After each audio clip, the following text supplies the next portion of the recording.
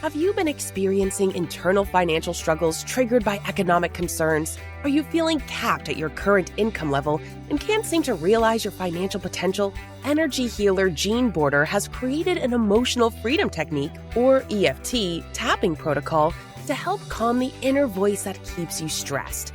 Claim your free copy at jeanborder.com/vow and say goodbye to those financial blockages. Welcome to another episode of the Focused Practical Dreamer's Journey podcast, Energy Work to Better Your Business, hosted by energy healer Jean Border. It's not just about dreaming, it's about making those dreams a practical reality. Subscribe to us via your favorite network by visiting our website at www.focusedpracticaldreamer.com. Now, get ready. Your journey to success starts here. Hello, everyone. It's your host, Jean Border, with another episode of the Focused Practical Dreamer's Journey podcast, where we talk everything business with a focus on energy work, mindset, psychology, and how our habits and our beliefs impact our daily actions, and not only our personal life, but also our business decisions. I have a really cool special guest with me here today that I'm very excited to talk to. But before we go there, I want to remind everyone that there is a resource for you down below in the show notes if you're having some financial stress in your life, if you have some decisions you need to make that are not quite clear to you yet, or you're having income issues and you've got tension in your body, just do a couple of rounds of EFT tapping, which will calm down your central nervous system. There is a free resource for you down below in the show notes. It's PDF, download it, go through it. I just did a tapping protocol for you right there. Just follow along with that while you're tapping through the PDF. And let me know how that works for you. It should calm down your nervous system so you can make decisions from a place of calm rather than stress or tension or fear or scarcity. Okay? And if you're just listening, it's jeanborder.com/vow, VOW. Or click the link below. There you go. And let me know how it goes for you. And now on to my special guest. This is Terry Tucker. Hi, Terry. How you doing? I am great, Jean. Thanks for having me on. I'm really looking forward to talking with you. Cool. Me too. So tell the listeners a little bit about you. Sure. Grew up on the south side of Chicago. I'm the oldest of three boys. You can't tell this from looking at me or from my voice, but I'm 6'8" tall, and actually went to college at the Citadel in Charleston, South Carolina on a basketball scholarship. Now, I'm really going to date myself now. After I graduated from college, I moved home to find a job because this was long before the internet was available to help people find employment. I was fortunate enough to find that first job in the corporate headquarters of Wendy's International, the hamburger chain, in their marketing department. That was the good news. Bad news was I lived with my parents for the next 3.5 years as I helped my mother care for my father and my grandmother, who were both dying of different forms of cancer.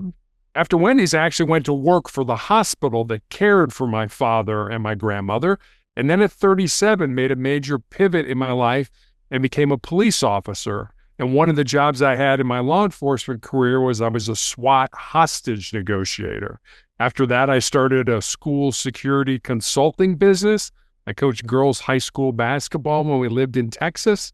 But for the last 12 years now, I've been battling a rare form of cancer, a rare form of melanoma. And then I guess just finally, my wife and I have been married for 31 years. We have one child, a daughter, who's a graduate of the United States Air Force Academy and is an officer in the new branch of the military, the Space Force. Sorry. I'm off topic, but here we go, because you got me excited. At the time that I was getting ready to retire, Space Force was just coming into play, and I would have come out of retirement for Space Force. I'm very much into sci-fi and the future and space, and if there was a wormhole that could take me to another planet, I'd be stepping through it. I'm sorry, but I was born too soon. The Space Force thing, you can tell. I'm so excited. That's good. Yeah. I was with the Department of Defense, which is a whole lot more boring, you know? Sure. One of my favorite places to go to when I go to Florida is Kennedy Space Center. I love that. I get to talk to the astronauts. I get to go do all the simulator stuff. Okay. Yeah, it was funny. She called home over the weekend, last weekend, and anything happened this weekend. She said, "Yeah, so we got a call from the International Space Station." So what she does is make sure they're out of the way if some space debris or meteor or something's coming their way. And the International Space Station just called to say, "Hey, thanks for keeping us safe up here." So Oh my gosh, that is so cool. Back in the day when I think it was Voyager was leaving our solar system, you could call up and there was a recording you could listen to. And I did that and I had it on that call was on my telephone bill and I kept that bill for years and years and years because I was talking to Voyager. So, sorry. I'll calm don't down. be sorry. It's pretty cool stuff. I love this stuff. And I've been thinking about, it's going to sound out there, but I've been thinking about doing a podcast about the whole UFO stuff. There's such big interest in that right now. There really is. And I lived in my junior high years, I lived near Wright-Patterson Air Force Base, which is where they reportedly had some of the aliens, and one reportedly escaped from Area B underground where it was kept and was able to cross the field and cross over Airway Road. You jump the fence and they caught him before he got into base housing, which I lived in at the time. So, I've got this connection. Made a new friend, Yeah. I've got all these connections to outer space stuff. So why am I here on Earth? That's the next question. Okay, so this is a totally out there podcast, but I'm sorry about that. For those of you who aren't interested, but I'm so interested in the space stuff. It's just, it juices me, obviously.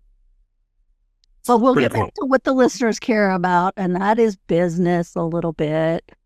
So talk to us about how you got from where you started to where you are now in your business and why you even went that direction. Yeah, if you look at my resume, it kind of looks like a Super Bowl went off in the room, and I get that. And I've had, I've been in the private sector, I've been in the public sector in law enforcement. I've started my own school security consulting business. I have a speaking business now with having cancer and things like that. It makes it a little bit difficult for me to do certain things, but I learned a great deal when I was at Wendy's, and I was at Wendy's during their heyday, when Where's the Beef was going on and all that kind of stuff. So I learned a tremendous amount, and the whole service aspect of being in healthcare. And I mean, fortunately, the patients never had to have me do hands-on with them, which they were very happy about because I didn't know what the heck I was doing. But, I was on the business side of it. But you take all that, and then I always wanted to be in law enforcement. And so you take that ability to be able to talk to all kinds of different people and things like that, and you use that in your law enforcement career. And now you want to be an entrepreneur. And I have an undergraduate degree in business from the Citadel. I have a master's degree. I've been to law school, all this kind of stuff. So how do you take that? When I got out of law enforcement, it's like, I need something to do. Well, I've got all this SWAT training and I've got all this business training. How can I take that and meld those two together? So it was just something that, what are you interested in? I mean, what are your unique gifts and talents? I mean, if you told me to go be an accountant, I would fail miserably at that job. That's not where my forte lies. So I guess it's just figuring out what you're good at and then finding something that you want to step into that you find to be interesting. So many things that you did I find interesting. One of them is the SWAT negotiator. Because to me, that's like the ultimate communication skill. You have to be able to hear from the person that you're trying to communicate with what they're not saying, but what they are saying. You know what I mean? That is such a weird position to be in. And that's how we are as business owners. We've got to listen to what our potential client is saying, but not saying, right? You're right. And I'll never forget when I started as a negotiator, I remember I was given a formula. They gave us this particular formula. The formula was 73855. And that formula stood for how we communicate a message with each other, not police and all that, just human beings. So 7% of how we communicate a message are the words that we use. And think how many times you've been like, oh, I wish I hadn't have said that, or oh, I wish I would have said that differently. That's only 7% of how that message comes across. 38% is the tone of voice that you use with that message. Are you real excited? Are you down and depressed? Are you kind of in the middle? What voice are you using? And then 55%, so more than half of how we communicate a message is our body language and our facial expressions. And we were given that formula because, I mean, if I was negotiating with somebody who had a gun and was barricaded in a room, I was not in the room with that person. So I could be blocks away talking to them on the phone. And as you said, I had to get good to figure things out, certainly based on what people were saying, but also what they weren't saying and how they were saying it. And one of the things that we used to use, we called it tactical empathy. I think you can get rid of the tactical and just talk about empathy. Gene, help me to understand where you're coming from. And the important word there is understand. I mean, if you were a homicide suspect that just murdered 3 people, I wasn't going to agree with you. But help me to understand where you're coming from, because understanding builds trust, and trust leads me to a point where I can try to get you out safely. Yeah, the whole communication thing is such a tricky thing to teach, because not everybody is open to listening. Yeah. Well, and listening to what's being said, but also to what's not being said. Yeah. And that was the important thing. And this whole thing, and any relationship you have in your life, whether it's in business, whether it's with your family, your spouse, your parents, whoever it is, the overarching theme is always going to be trust. Do you trust me? And there were many times as negotiators, we would be kind of over here talking about something for hours when the real issue was over here, but the person didn't trust you enough to tell you the truth. And we used to always tell people, it's like, look, if you ever think I'm lying to you, if you ever think that I'm not being forthright with you, you call me out on that, because I want you to feel you can trust me. And I think that's a very legitimate thing to say when you're negotiating, with a supplier or a vendor or whoever it is you are as a business person. There's got to be that trust. There's got to be that respect. And if it's not there, it's going to be very difficult to have a positive relationship with whoever that person is. Yeah, ethics and respect, those are 2 big words for me. And I recently in the United States, we've had some political things going on, and some reactions of some people surprised me. People who I expect to be thought leaders and not divisive, who have come out on social media and said things that made me lose respect, right? There's this old adage, when someone shows you who they are, believe them. And so they've built a business on, being inclusive and leading with your soul and all this. And then certain things happen in the political world, and all of a sudden they're spouting fear and anger and judgment. And you're like, isn't that interesting? You built your business around this idea, and that's not who you're showing yourself to be. So when people give you cues, it's very easy to say, well, I'll give them the benefit of the doubt. But at some point, you have to say, do I want to do business? Do I trust this person enough to do business with them? Right. And you're right. And one of the things as negotiators we never did is we never lied to people. And I mean, we're talking life and death. We're talking somebody might kill themselves or kill a hostage. And somebody would say to us, and this happened quite often, hey, I'll come out or I'll let a hostage go, but you've got to promise me I'm not going to go to jail. And Gene, we would have to say to them, I'm sorry, when you do come out, you are going to go to jail. And then we would try to deflect the conversation to something more palatable. Yeah. And, the reason we never lied, and this also happened, was there was a very good chance that a year from now, 2 years from now, 3 years from now, we would be right back negotiating with this person, because whatever the trigger was that got them to do this, as long as they weren't, they got caught in a bank robbery or something like that, or they grabbed a gun and barricaded themselves, maybe it was they had a big fight with their mother. Well, 2 years from now, mom's still around and mom's still pushing their buttons. And now we're back negotiating with them again. And if they ever felt we lied to them, we'd lost all credibility, you were going to have to bring another negotiator in and start from scratch and try to negotiate that person out. And he's not going to believe that person because you already set a precedent. Exactly. Right. Yeah, communication is a very interesting skill. Yeah. I mean, just even that, like the questions we would use, we would not ask why questions because why questions sound accusatory. Well, Gene, why did you wear that today? Oh, wait a minute. Does he not like what I'm wearing? We used how and what questions. Gene, what made you wear that outfit today? That's a little bit less intrusive than why did you wear that? What? Yeah, it's open-ended and it's non-judgmental. It's like exactly. a finding question, right? Exactly. Yeah. Yeah, I totally get you there. You said so many things that sparked my head, but the bit about using the skills you've built up in one area of your life and moving them into another area of your life where they've served you very well, right? You've gone from the hostage negotiator thing to now you're speaker, right? And so it's a different kind of communication, but if you don't know what your audience is picking up on, right, you've got to pay attention to your audience and watch the body cues and see, is this landing? Is this not landing? Do they understand what I just said? Do I need to say it in a different way? Exactly. Yeah. And part of that is, when you craft a speech, when you craft a talk to a group, I think a lot of times you tend to want it to be about you.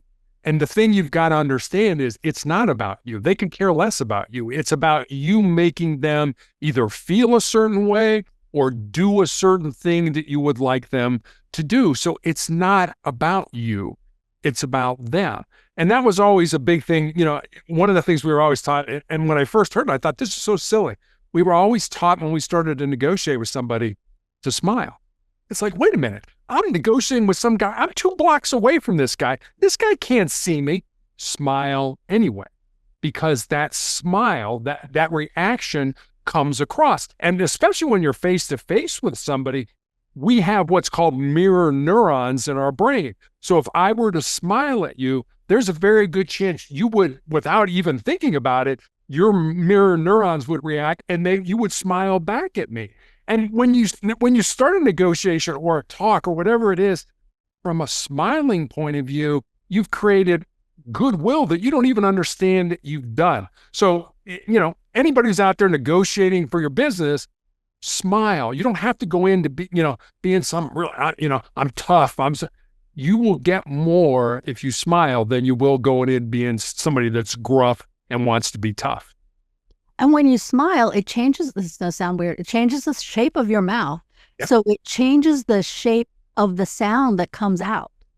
Yep. And so people can tell the difference between someone with a very tight mouth and someone with a very smiley mouth, right? Yeah. Yeah. I mean, when you're nervous, you tend to, sort of hunker down and to tighten up. And people sense that. People aren't stupid. They understand, oh man, this guy's really nervous, or this is and they form an impression of you. That's why I always want to come out smiling. Hey, how's it going? How you doing? And the other thing is we were taught as negotiators, and I think this is important in business, is to always be curious. Always be asking, well, what made you do that?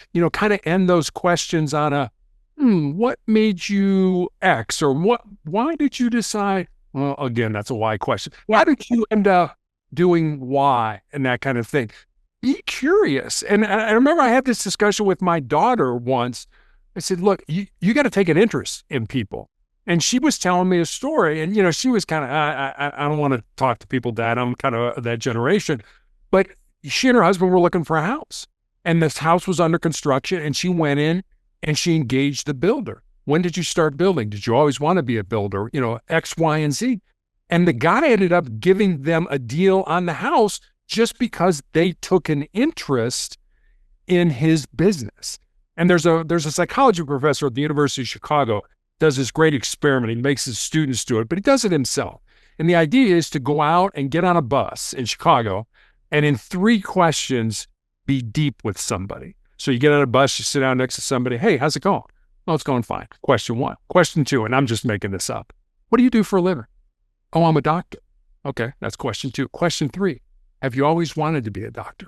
No, I grew up on a farm and I wanted to be a vet, but X, Y, and Z happened. Or, yeah, I loved my mom and she died when I was 40, but she was a doctor and I wanted to follow in her footsteps. Now you're deep with somebody. We don't go deep with people. Social media allows us to stay on the surface. By going deep with somebody, you're developing that relationship. You're developing that trust with another human being.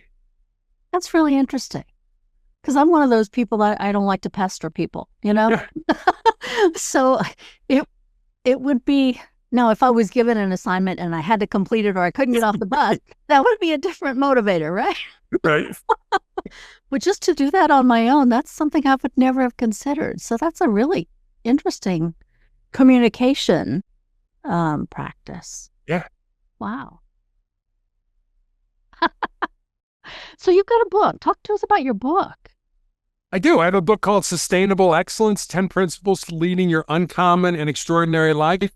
Never expected to write a book in my life. No, there's kind of an old joke that says when we talk to God, it's called prayer. When God talks to us, it's called schizophrenia. So God has never told me to write a book or anything like that. That's hilarious. I think what has happened is God, the spirit, universe, whatever, has put enough people in my path that start making the same suggestion over and over and over again. And I'm old enough now, and I think mature enough now to, when that happens, I take note of that. Maybe this is something I need to pay attention to. So Sustainable Excellence was really born out of 2 conversations I had. One was with a former player that I had coached when I was in high school in Texas, who had moved to the area in Colorado where my wife and I live with her fiance, and the 4 of us had dinner one night. And Gina, I was talking to her after dinner. I said, I'm really excited that you're living close. I can watch you find and live your purpose. She got real quiet for a while. And then she looked at me and she said, well, Coach, what do you think my purpose is? I said, I have absolutely no idea what your purpose is, but that's what your life should be about. Finding the reason or the reasons you were put on the face of this earth. And those reasons exist, using your unique gifts and talents and then living that reason or those reasons. So that was one conversation. And then I had a young man reach out to me on social media from college. And he said, what do you think are the most important things I need to learn, not to just be successful in my job or in business, but to be successful in life? And I didn't want to give him that, get up early, work hard, help. I didn't want to give him sort of the cliches that we already know. And I wanted to see if I could go deeper with him. So I took some time and I was taking some notes and eventually kind of had these 10 thoughts, these 10 ideas, these 10 principles. And so I sent them to him. And then I stepped back and I was like, well, I got a life story that fits underneath this principle, or I know somebody whose life emulates that principle. So literally, I had my leg amputated in 2020 because of my cancer. While I was healing during that 4 to 5 month period, I sat down at the computer every day and I built stories, and they're real stories about real people underneath each of the 10 principles. And that's how Sustainable Excellence came to be. Wow. So tell us one of the principles.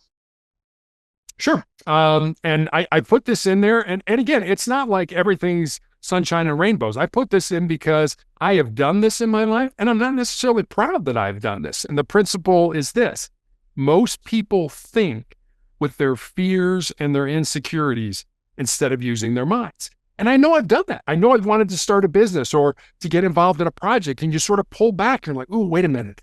Maybe I'm not smart enough, or maybe I don't have enough information, or what will people say about me if I fail?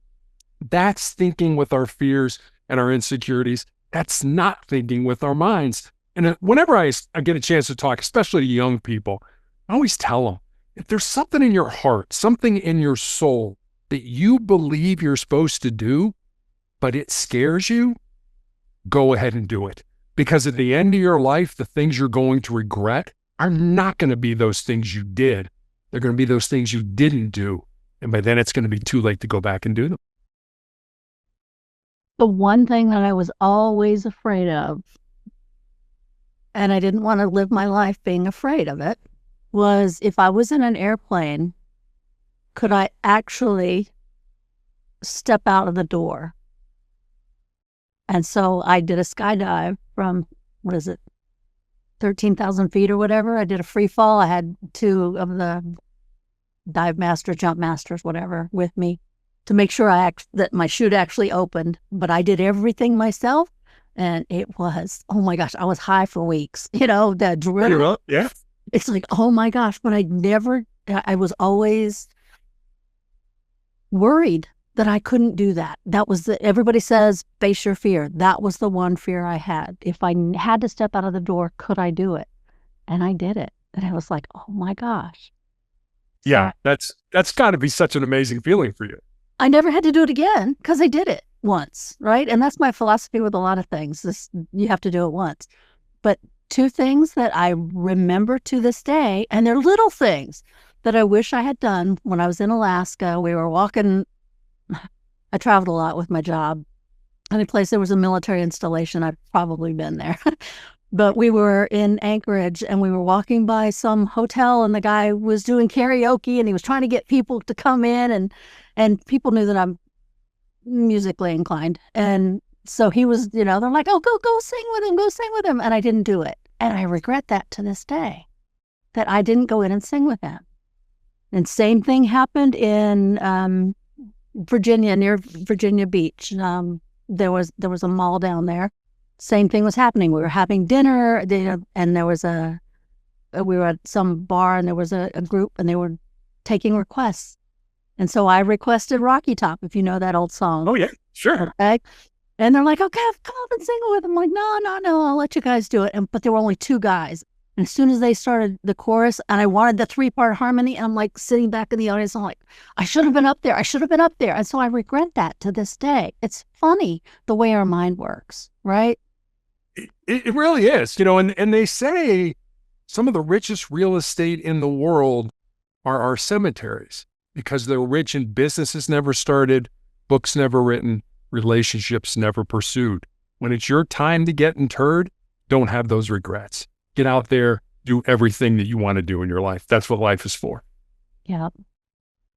But you make a very important point about the way our brain looks for, in my words, it looks for proof of the negative. That's my words. That wasn't your words. But we're always fear-based stuff, right? And just self-judgment. And we repeat those things over and over and over until it can slow us way down, or it can stop us, or it can make us believe things that aren't true, right? And I tell, it comes up frequently with clients or whatever, don't talk to yourself any worse than you would talk to a stranger on the street. Yeah. Because it's easy to spiral. But knowing that is really powerful. What you just said is incredibly powerful because people are afraid. They want to keep, let's say, the power. They want to keep the power in the relationship. So instead of saying, hey, you got time to talk, say, is now a bad time? Because they want to say no. And you're giving them that, no, it's not a bad time at all. Or, yeah, it's a bad time. Can you get me back in 15 minutes? But asking those negative questions that you want a no answer to, or taking positive questions and flipping them into a no to let that other person feel more comfortable I'm not going to say it's kind of a backhanded way, but it is. It's a backhanded way of getting something that you want without the other person thinking that they're giving up anything and that they're still in control. Control is huge, right? Yeah. So many of our decisions are based on wanting to be in control of our life, our business, our family, our friends, the political situation, whatever it happens to be. And we can't control anything except our thoughts and actions right at this moment. If it's already done, it's done. You can't change it. And if it's in the future, you don't even know that you're ever actually going to get to that spot that you're so afraid of because of the way things change, the way I'm always looking for something new to learn, right? And I think a lot of people are that way. So what I fear may never even come to pass because I've taken a detour and I've never ended up over there. So if I spend all that time being afraid of it, I've lost the joy in the moment. You have. And the interesting thing about that is, I'm going to use a basketball analogy because it's what I did when I, through college. If you took a basketball and you went out onto the court and you started to shoot free throws, if you could look at your brain under an MRI, there'd be a certain area in your brain that would light up. The interesting thing about that is if you thought about taking that basketball, going out on that court and shooting those free throws, that same part of your brain would light up. So understand, you don't actually have to physically do it, thinking about doing it. And it kind of goes back to what you were saying before. Make sure what you talk nicely to. Bruce Lee, the old martial artist, used to talk about never say anything negative to yourself because you're reinforcing that in your brain. Always talk positive, always be up, always want the best for yourself. And if you manifest that, there's a much better chance that you're going to get it because we all become what we think. And what you said about the MRI with the basketball, same thing is true for singing, because that's more my background. Yeah, I'm sure. Yeah. They put people in, really, really good singers into MRI machines to map the part of the brain. And before anything ever happened, just thinking about getting prepared for it lights up the brain. Yeah. It's pretty interesting. Yeah. Imagination is a really powerful thing. If you Tiger Woods, right? He used to imagine exactly what was going to happen, and he would practice that in his head over and over and over before he was even actually physically doing it, right? And so it made it easier because the brain was already trained in what to do and how to make it successful and how it's going to look, exactly how I'm going to be, and there you go. The muscle memory was in the head before the club was ever in action.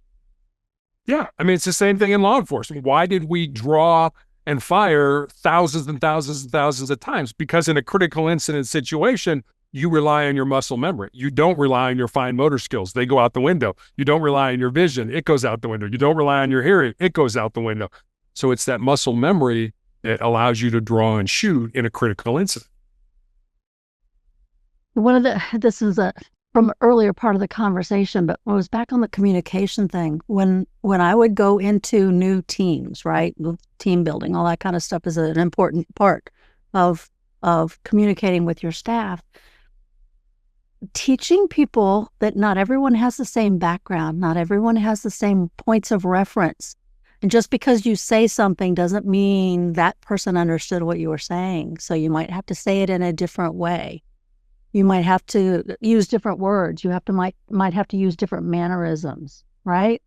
Yeah. Or say, hey, does that make sense to you? Did I, just looking for an affirmation did you get what I was saying? It's funny. I lived in overseas, multiple times. But when Americans would be over there and tried to communicate in another language and the person didn't get it, and the American would start talking louder, like that was going to help. So I'm like, they didn't get it when you were talking in a normal tone of voice. You shouting at them, it's not going to help at all. But it's the things that we just go to try to make something work, right? When we're not prepared for it, when we haven't trained ourselves for it to be natural, for it to just come when we need it, right? All those kind of things. Yeah, we jumped all over in this conversation, but I enjoy it. So there we go. And I'm gonna kind of switch topics a little bit, but you've had to go through a lot of stuff physically because of your medical diagnosis. I'm just going to use that rather than words because, why give it more? Use the words. Yeah. How has that impacted your world I'll just leave it there. How's that impacted your world and your view of the world? Yeah, you're right. I mean, I've been a physical person most of my life before I got cancer. I was a college athlete. I was in law enforcement. I was on a SWAT team. I had done a lot of physical things, and now I don't have a left leg and I'm in a wheelchair. And so how do you balance that? And I think when you can't do what you're good at, you do what's important. I mean, I was a really good college athlete, but was that really important in the scheme of, life or the universe? Probably not. But I'll tell you two things that I've learned from having cancer. Number one, I don't think you really know yourself until you've been tested by some form of adversity in your life, whatever that ends up being. You started a business, the business failed. Okay, what did you learn from that? And how can you apply it to another business? And the second thing I learned is cancer's made me a better human being. I've been asked, hey, if you could live your life over again without 12 plus years of cancer, would you do it? And honestly, Gene, I don't think I would, because cancer has made me a better human being. And it's not, at the end of our lives, no matter how much money we have or important or influential or whatever we are, none of that goes with us afterwards. It's the connections that we have with each other, the relationships that we have. One of my nurses gave me a book called Imagine Heaven, and it's a book about people who have near-death experiences. And regardless of who the person having the near-death experience sees during that experience, whether it's, God or a friend or a relative or whoever it ends up being, almost everybody got asked one question. And that question was, how do you care for my people? In other words, how do we care for each other? How do we take care of each other? We're so hung up on this me society. It's all about me. As long as I get what I want, I'm good. But I think when you change that paradigm to, it's not about what you get in life. It's about what you give in life. It's amazing how your perspective, and at least for me, my world changed for the better. For me, everything is a journey. Yeah. And that's, the title of my show is Focused Practical Dreamer's Journey, right? Because each one of those words have meaning to me and to a lot of the people who come into my world. They totally get it without me explaining it when they know me, right? But every decision that we make throughout our life brings us to the place we are now. And so it was kind of a necessary step to take. That sounds really weird, but that's the way. If we hadn't if I hadn't jumped out of a plane, I would have different views. If I had actually gone into that place and done the CCR song with that guy that was trying to get me to sing with him, I wouldn't have spent all those years looking back saying, if only, right? I would have just gone in and enjoyed myself. And I still to this day don't know why I didn't do it, right? But it's a journey, and we take the steps we're meant to take that are right for us at the time, but maybe today we would make different decisions. Yeah, I think you're right. And there's a guy by the name of Jeff Wetzler, and you've probably done this, and I know I've done this in my life. We go through life and we put up these sort of arbitrary mileposts. We say by the time I'm 28 years old, I want to be making $100,000 a year. Or by the time I'm 35, I want to be married with 2 kids. Whatever it is, we put up these arbitrary mileposts. And Wetzler has a really kind of, I think, a different way of looking at our lives. And he talks about looking at our lives in terms of decades.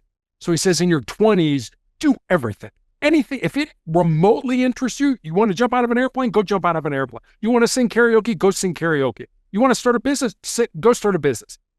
Do everything. Make errors, screw up, make mistakes. Do all that in your 20s. And then in your 30s, find those 2 or 3 things that are on your heart, 2 or 3 things that you really enjoy, really that you want to dig into. And then he says in your 40s, when you're more mature, when you're more established, when you kind of understand how things work, find that one thing that you're supposed to do in life and dig into it. And then he says in your 50s and your 60s and your 70s or however long you live, you can reap the benefits of what you did in your 20s, your 30s, and your 40s. And I love looking at life like that as opposed to, well, I'm 28 and I'm not making 100,000, so I must be a failure. No, you're not a failure at all. Look at your life in decades instead of those arbitrary mileposts. That's very interesting. I've not heard that, but that's very interesting. I had one all my working career. Everybody, we all had these things that we were looking forward to. And I said 55 and 30 and I'm gone. That's it. I'm retired. Age 55, 30 years of service. That was full retirement for the system that I was in. And then my mom called me when I was in the DC area and said that she'd been diagnosed with cancer. And so within 6 months, I had quit my 6-figure job and was living with my family in a home that I purchased for that purpose. And I got my mom healthy.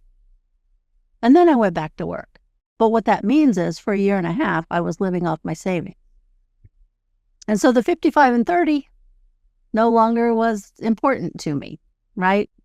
And so it got shifted to in the future when I realized that I was in California at the time, and I realized my father was making some decisions that weren't necessarily in his best interest, we'll say, as an elderly gentleman.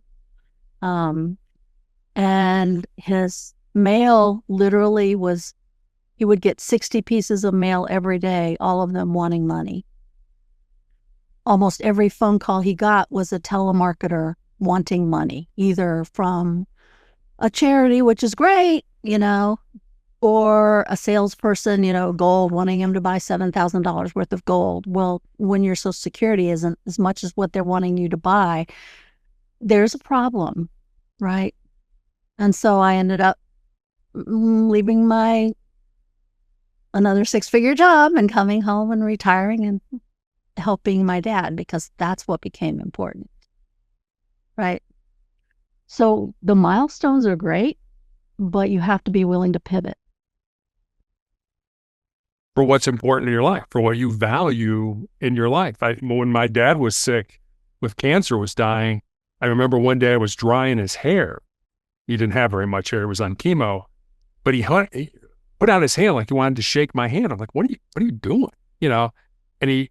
And I shook his hand, and there was $100 bill in the palm of his hand. And I was irate. I'm like, how dare you? I mean, you're making me feel like a prostitute. Like, I'm doing this for you because, you're paying me. It's like you and Mom gave my brothers and I everything, every opportunity in the world.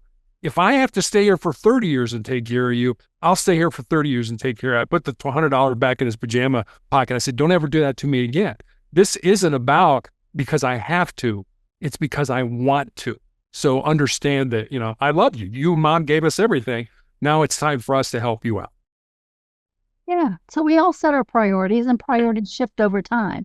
But being aware of just what you value in your life and your business, right? So many people think, oh, I'm starting a business because of XYZ. When you really go deep, it's not that at all. Maybe they're trying to fulfill a need. Maybe they just need financial stability, and they think that the finances, from the income revenue from the business is going to provide that. So a little bit more introspection sometimes can lead us towards different decisions than we might expect. But to think that I would just walk away twice. I walked away from 6-figure jobs, Now, luckily, I had good reputations and people wanted me, and so stepping back into the business world wasn't a problem for me, like it might be for some people. But again, I'm going to go back to something we said earlier, reputation and ethics. I had a really good reputation. I had people that supported me. The ethics were there. If I said I was going to do something, that's what happened, or there was a reason why not, right?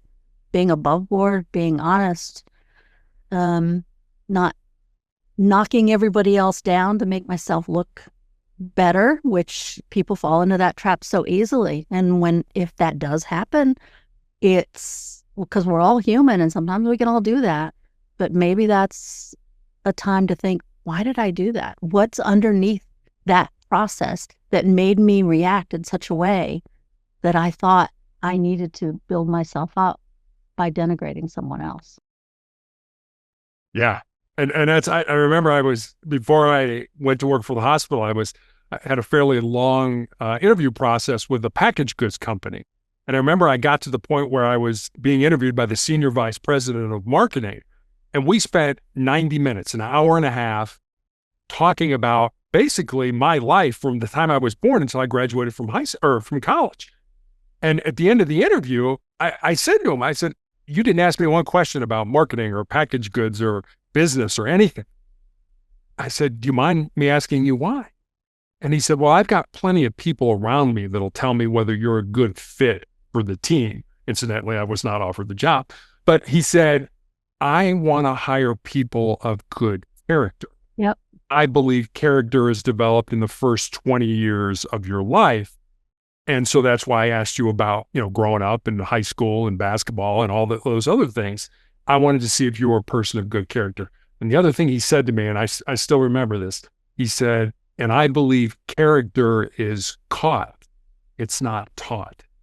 So you're not going to read a book and say, I'm a person of good character. You're going to watch the situation and say, oh, I really like the way she handled that. Or, I don't think he handled that very well. I think he could have done a better job. That's how your character gets developed. You're not going to read a book and say, okay, I'm a person of great character now. You're going to live it in your life. And becoming aware, I push this all the time, become aware of what's driving you, be aware of how your actions are coming across, right? Be aware of what you really want. And once you become aware and take the time to really pay attention, things can change fairly quickly because you get focused in on what is my driver. Where do I want to go? Am I doing the things that will get me there? The brain holds on to now, okay, I get what you want. I'll start helping you make decisions that will get you there. Mm-hmm. Right? Yeah. And I hate to say this, but we're coming up on the end of our time together because I really enjoyed this. Me too. Yeah. But tell the listeners how they can find you. Where are you? Yeah, the easiest way to get a hold of me, I'm on all the social medias, but if you go to my website, motivationalcheck.com, you can leave me a message. You can get access to all my social medias. It's sort of one-stop shopping for me, motivationalcheck.com. Cool. And if you didn't get that, click on the link in the show notes below. I'll have, Facebook, Instagram, Twitter, LinkedIn, all that kind of stuff. The links are right down there. Or you can go to the website and read everything that he's got available. Before we go, do you happen to have any final thoughts for the listeners? I know we covered so many things. Yeah, I'll give you one more sort of story. Ernest Hemingway, one of our most, I think, prolific writers here in the United States, wrote a book called Farewell to Arms. He wrote a lot of books, but Farewell to Arms is a semi-autobiographical account of his time as an ambulance driver with the Italian army during World War I. And there's a line in that book, excuse me, that I absolutely love. And the line is this: life breaks everybody, and afterward, many are stronger at the broken places. So I think it's a great metaphor, just like if you were to break your arm, doctor sets that arm, puts it in a cast, that arm heals, that bone will be stronger at the area where it was broken than it would be before it was broken. Same thing in life. Life is going to beat us to our knees. Somebody close to us is going to, you described with your parents, the things that you had to do to help them. So life is going to give you that. You're going to end up unexpectedly getting let go from your job. You're going to find out you have a chronic or a terminal illness. Life is going to beat you to your knees from time to time. But, you start a business and it goes under. If you learn from that and can keep moving forward and then start another business, and even if that goes under, and keep moving forward, you will end up coming out in your life, whether it's professionally or personally, a much stronger individual. Cool. Thanks for being here with me. I really enjoyed our time together. Jean, thanks for having me on. I really enjoyed talking with you as well. Cool. And to the listeners out there, thank you for spending your time with me. I know you have a lot of choices for where you spend your time, and I feel such gratitude that you choose to spend it with me and my special guest, Tara Tucker. Every Tuesday, we drop a new episode. If there's somebody in particular you'd like to see on the show, let me know. We'll see what we can do about getting them on. And I do appreciate your time. This is Jean Border with the Focused Practical Dreamers Journey podcast. Until next time. We trust you enjoyed this episode of the Focused Practical Dreamers Journey podcast. Energy work to better your business. Hosted by energy healer Jean Border. Remember to visit our website at www.focusedpracticaldreamer.com and enjoy even more great episodes like this one. Again, while you're here, subscribe to us via your favorite network. We look forward to seeing you next time on the Focused Practical Dreamers Journey.